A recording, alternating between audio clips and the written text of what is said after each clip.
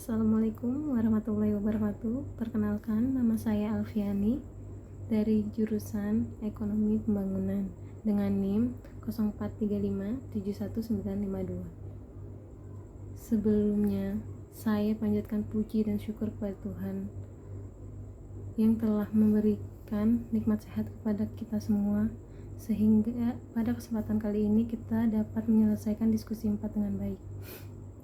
Dan saya berterima kasih kepada dosen Tuton dan teman-teman yang telah bersedia meluangkan waktunya untuk mendengarkan presentasi saya kali ini. Saya akan mempresentasikan tentang COVID-19 di Indonesia. Penyakit COVID-19 ini disebabkan oleh coronavirus syndrome pernapasan akut atau yang biasa kita sebut SARS-CoV-2. Kasus positif corona ini di Indonesia terdeteksi pada tanggal 2 Maret 2020 ketika 2 orang terkonfirmasi tertular dari seorang warga negara Jepang. Kasus positif yang terkonfirmasi virus corona tersebut bukanlah orang Indonesia, melainkan orang Indonesia yang bekerja yang bertempat tinggal di Singapura tertular virus dari majikannya. Dan kasus kematian COVID-19 di Indonesia terjadi pada tanggal 11 Maret 2020. Gejala yang timbul pun juga beragam, mulai dari sesak nafas, demam, sariawan, hilangnya indera penciuman, dan mulut kering. Demam biasanya muncul pada orang yang terinfeksi COVID-19 ini dengan suhu lebih dari 37,7 derajat Celcius. Paling umum, suhu tubuh naik pada sore hari menjelang petang, karena ini merupakan cara virus menghasilkan demam. Sementara orang yang terkena virus COVID-19 biasanya akan merasakan tubuh yang dingin dan menggigil pada saat malam hari. Selain badannya yang menggigil, penderita COVID-19 ini akan merasakan demam tinggi pada saat malam hari. Kendati begitu, tak semua penderita COVID-19 ini merasakan reaksi yang parah. Ada juga yang hanya merasakan flu ringan. Yang selanjutnya sesak nafas. Sesak nafas biasanya muncul sebagai tanda penyakit COVID-19 ini menuju tahap yang serius. Jika Anda mengalami dada yang terasa diikat, segera menghubungi layanan kesehatan terdekat. Yang selanjutnya, batuk kering. Batuk ini sebenarnya sangat mengganggu aktivitas bagi seseorang yang sedang terpapar virus COVID-19 ini. Batuk ini seperti batuk kering yang tidak dapat mengeluarkan lendir atau dahak saat dari saluran pernafasan. Gejala selanjutnya yaitu anosmia atau kehilangan indera penciuman dan perasa, sehingga mengakibatkan seorang penderita COVID-19 ini tidak nafsu makan, dan anosmia ini kemungkinan masih dapat dirasakan setelah beberapa bulan sembuh. Yang selanjutnya yaitu gejala mulut kering atau sariawan. Gejala ini terjadi akibat kelenjar ludah di mulut tidak menghasilkan cukup air liur yang bisa menjaga mulut tetap basah. Nah, sekarang bagaimana cara kita agar terhindar dari virus COVID-19 ini? Di sini saya akan menjelaskan beberapa cara. Yang pertama itu mencuci tangan dengan air mengalir dan sabun. Ketiga indera tersebut menjadi gerbang utama masuknya virus COVID-19 ini, sehingga Anda disarankan untuk mencuci tangan dengan air yang mengalir dan sabun ketika tangan dalam keadaan kotor. Cara yang kedua yaitu kita bisa mengurangi kontak langsung dengan orang yang sedang sakit, terutama dalam gejala flu, demam, bersin.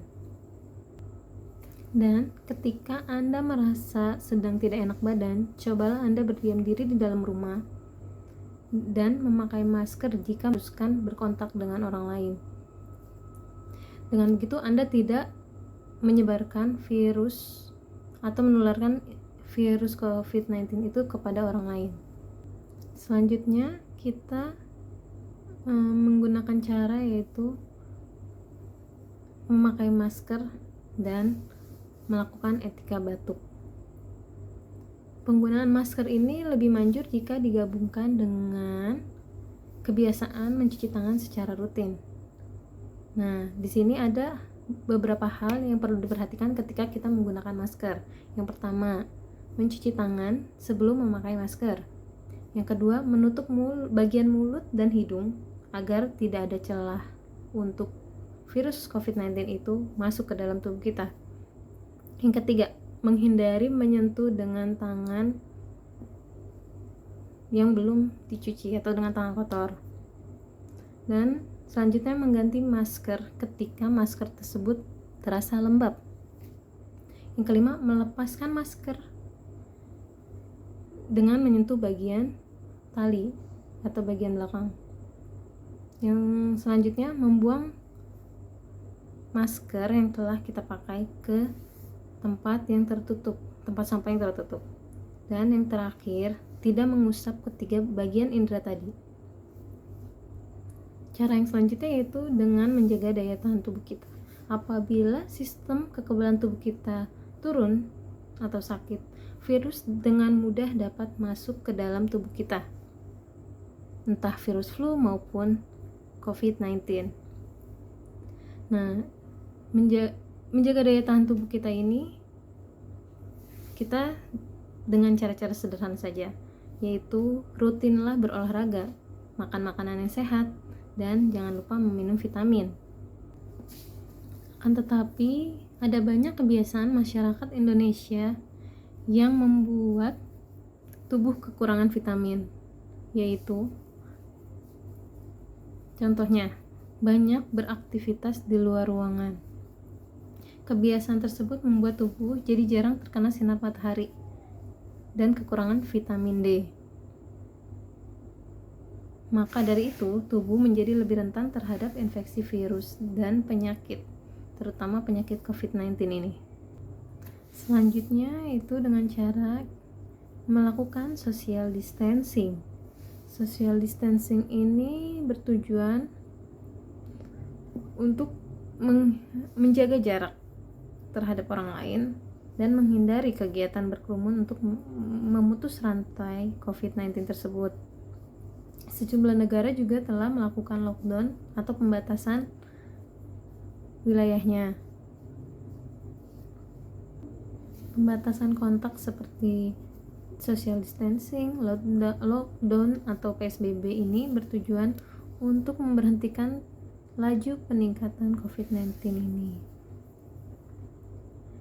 Nah, jika kita berkontak langsung dengan pasien COVID-19, apa yang harus kita lakukan?